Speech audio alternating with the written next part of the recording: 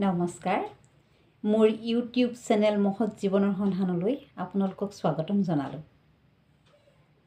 বিখ্যাত ইংৰাজ লেখক উব্ৰেজুদে কৈছিল, বহুতো মানুহে জন্মতে কিছুমান মানসিক গুণাৱলী লৈ আহে আৰু এই মানসিক গুণাৱলীসমূহৰ উৎকৰ্ষ সাধন কৰি জীৱনত উন্নতি সাধন কৰিবলৈ ধৈৰ্য আৰু পৰিশ্ৰমৰ প্ৰয়োজন।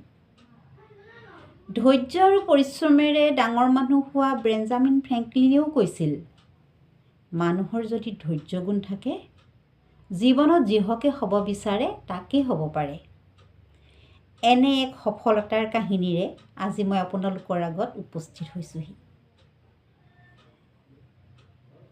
মুগ্ধবোধ ব্যাকৰণৰ লেখক বুদ্ধদেৱ ছাত্ৰাৱস্থাত বৰ নিৰ্বোধ আছিল।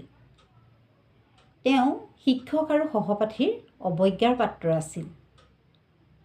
এদিন বুদ্ধদেৱৰ নিৰ্বোধতাই এনেকুৱা চৰম পৰ্যায় পালেগৈ, শিক্ষকজন খঙতে বলিয়াৰ নিচিনা হ'ল।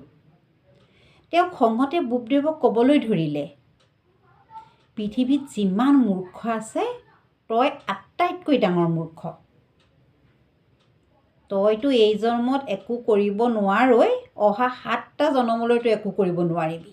মিছামিছি আমাৰ সময় নষ্ট কৰিবলৈ আহিছ। বুদ্ধদেৱৰ বৰ বেজাৰ লাগিল। তেওঁ সেইদিনা ঘৰলৈ নগৈ আত্মহত্যাৰ মনেৰে গাঁৱৰ ৰাজহুৱা পুখুৰীটোৰ পাৰলৈ গ'ল। পুখুৰীৰ পাৰত ৰৈ তেওঁ পানী জুৱলিত থকা শিলচটালৈ চকুত পৰিল।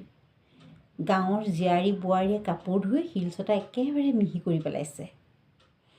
তেওঁ দিব্যজ্ঞান লাভ কৰাৰ দৰে মনতে ভাবিলে, ইমান কঠিন শিলচটা কাপোৰৰ নিচিনা ইমান কোমল বস্তুৰে যদি মিহি কৰি দিব পাৰে, ময়ো মোৰ মনটোক চোকা কৰি পঢ়া শুনা কৰি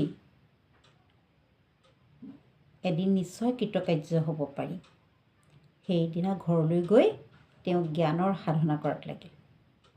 জ্ঞানৰ সাধনাৰ লগতে তেওঁ ধৈৰ্যৰ সাধনাও কৰি গ'ল, যাৰ ফলত সৃষ্টি হ'ল মুগ্ধবোধ ব্যাকৰণ। আৰু আমি সকলোৱে বুদ্ধদেৱক মহাপণ্ডিত বুলি জানো। চাওকচোন বন্ধু বান্ধৱীসকল, কষ্ট আৰু পৰিশ্ৰমৰ ফল কিমান মিঠা।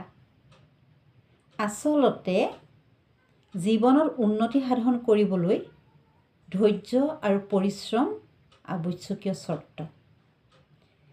আমিও সৰু সৰু কথাতে উত্তেজিত নহৈ, হতাশাত ভাগি নপৰি, ধৈৰ্যৰে যদি পৰিশ্ৰম কৰি যাওঁ, আমিও লক্ষ্য প্ৰাপ্তিৰ আনন্দ পাবলৈ সক্ষম হওঁ।